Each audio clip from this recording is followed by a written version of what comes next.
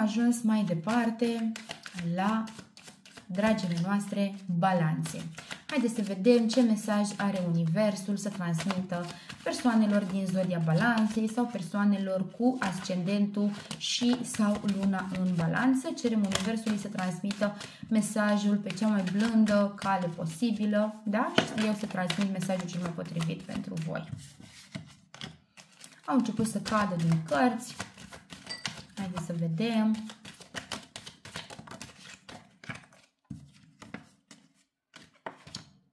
Mama, aveți o lună cu adevărat intensă, voi balanțele? Voi nu vă jucați, din ce văd. Ia să vedem. S-ar putea să simțiți și o ușoară dezamăgire în această lună. Cineva care vă dezamăgește, dragi balanțe. Deci o situație, o persoană, o relație, ceva pentru care voi vă simțiți dezamăgiți. Cumva am impresia că de aici de fapt începeți luna. Vă simțiți dezamăgiți, poate, nu știu, poate de voi înșivă, poate de cum ați gestionat anumite lucruri, dar se simte foarte puternic această dezamăgire.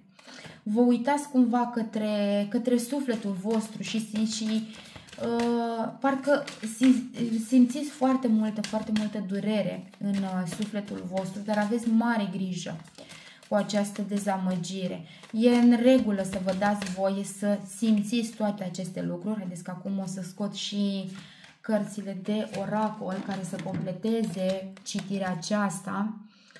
Vă simțiți legați, vă simțiți deconectați, aș spune, da? Chiar deconectați de la divinitate. Totuși, să știți că această dezamăgire nu este ceva... Bine, este ceva rău în momentul în care o simțiți, dar ea poate să vină cu soarele în viața voastră, poate să vină cu transformare, cu eliberări. Dar depinde foarte mult de voi înșivă cum alegeți să folosiți această energie. Vedeți, acum bineînțeles depinde foarte mult față de ce simțiți dezamăgire. De progresul vostru, poate simțiți de că v-a dezamăgit cineva, poate simțiți că ați fi putut face mai mult și n-ați făcut. Care e ideea? De unde vine această dezamăgire? Aveți grijă, dragi balanțe, pentru că vă legați voi înșivă de lucrurile de care nu mai aveți nevoie.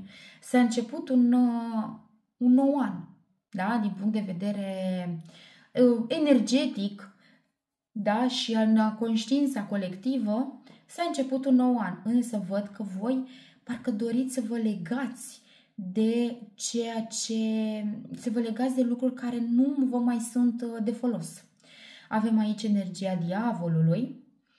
Parcă nu mai știți către ce să vă îndreptați. Parcă tocmai legarea asta de energia veche vă face să vă simțiți atât de indeciși, de confuzi, să vă simțiți... Să simțiți că parcă nu știți încotro să mergeți. Deși sunt atât de multe opțiuni în fața voastră, voi real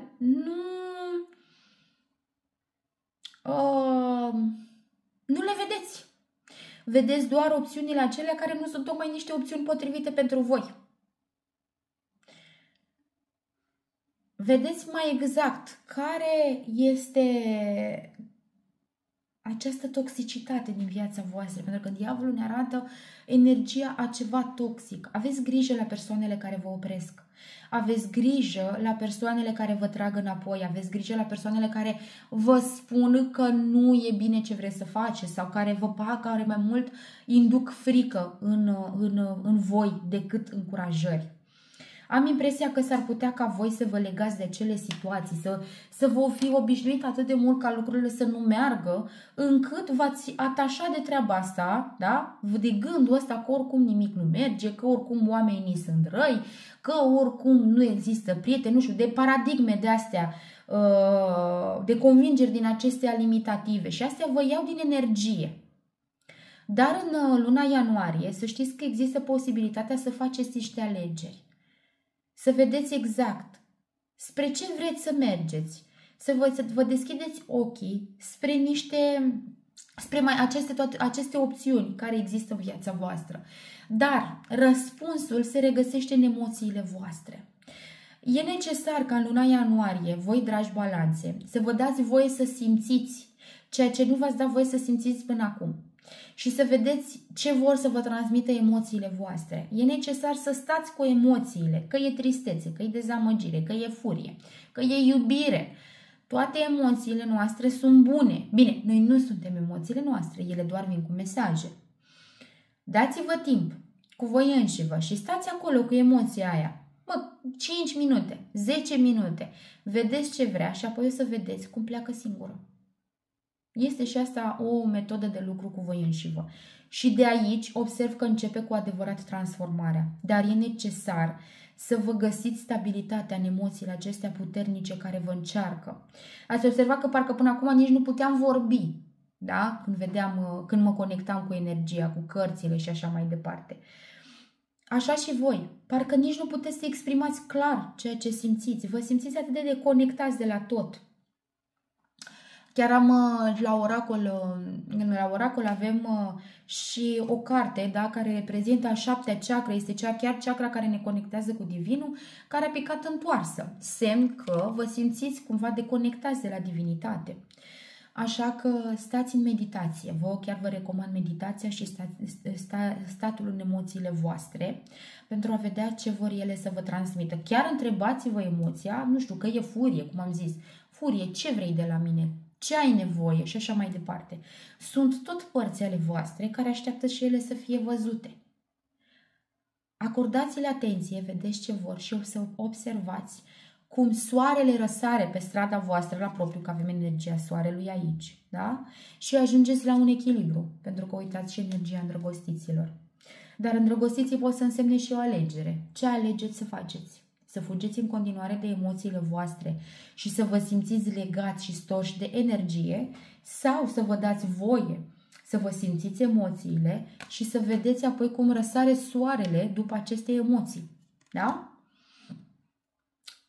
Meditați pe chakra coroană. Sunt meditații foarte multe pe YouTube care să vă poată ajuta să vă deschideți chakra coroană.